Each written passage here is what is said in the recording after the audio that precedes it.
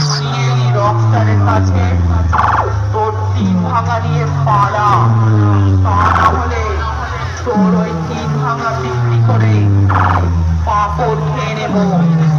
পালিয়ে যা, তোদের বাবা এসে গেছে। রকস্টার। আরে আমি রকস্টার সাউন্ড বলছি রে, রকস্টার সাউন্ড। চোখ বাজালে তোরা চাপা পড়ে যাস বলে লোককে বলে বেড়াস রকস্টার সাউন্ডে চোখটাই দেখি ভালোবাসি। আরে তোদের এতই ছোট নিজেদের বক্সের ওপর গর্ব, তোরা তো বক্সটাই ভাড়া দিতে পারিস, চোখটা কেন দিস? তাই বলছি রকস্টার সাউন্ডের কাছে কুত্তার মতো ছেড়ে গিয়ে লোকের কাছে